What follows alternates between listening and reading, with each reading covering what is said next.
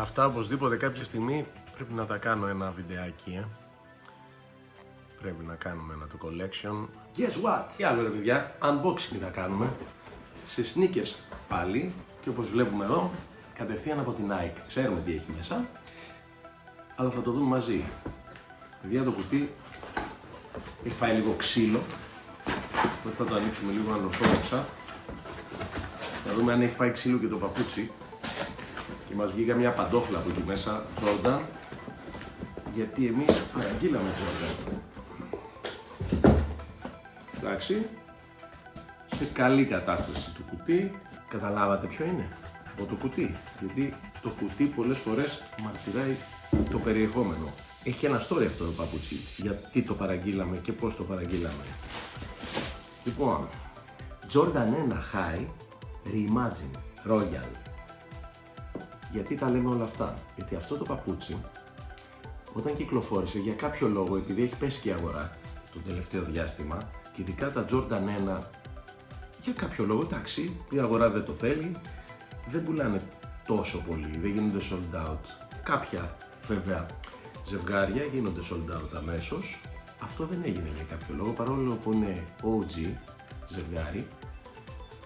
Έχει και extra laces και νομίζω ότι θα πηγαίνουν πολύ πιο καλά τα μπλε από τα μαύρα, έτσι θα του δώσουν άλλο χρώμα. Θα τα δοκιμάσουμε.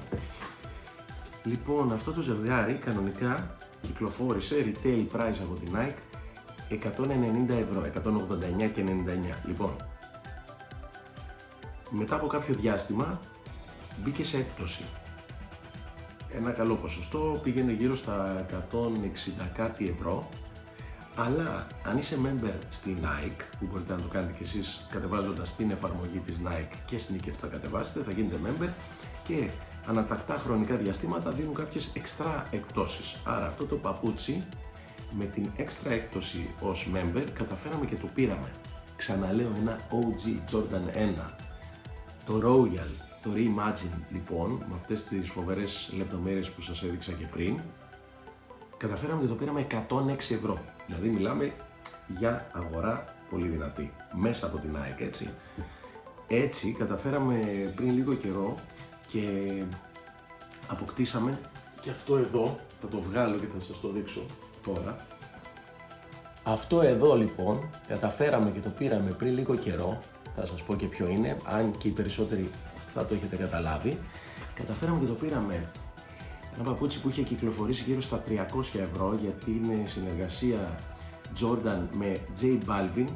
Το Jordan 2 είναι αυτό, με φοβερές λεπτομέρειες, όπως βλέπετε, ειδικά αυτή η ομορφιά εδώ πίσω, με αυτό το ωραίο κουτάκι. Λοιπόν, αυτό είχε κυκλοφορήσει στα 300 ευρώ και εμείς καταφέραμε και το πήραμε με έκπτωση, plus extra έκπτωση για member, στα 160 ευρώ περίπου. Και γιατί σας τα λέω όλα αυτά? Γιατί νομίζω ότι καλό είναι να εκμεταλλευόμαστε εμείς οι sneakerhead αυτές τις ευκαιρίες μέσα από την Nike. Ούτε αμφιβολία αν το παπούτσι είναι fake. Μιλάμε τώρα για δυνατά κομμάτια που πρέπει να υπάρχουν στη συλλογή σας. Που ξέρετε, κάποια μέρα η αγορά μπορεί να γυρίσει και αυτά να πάνε στο Θεό. Αυτά και για σήμερα. Εννοείται ότι θα επανέλθουμε με sneakers σε λίγο καιρό.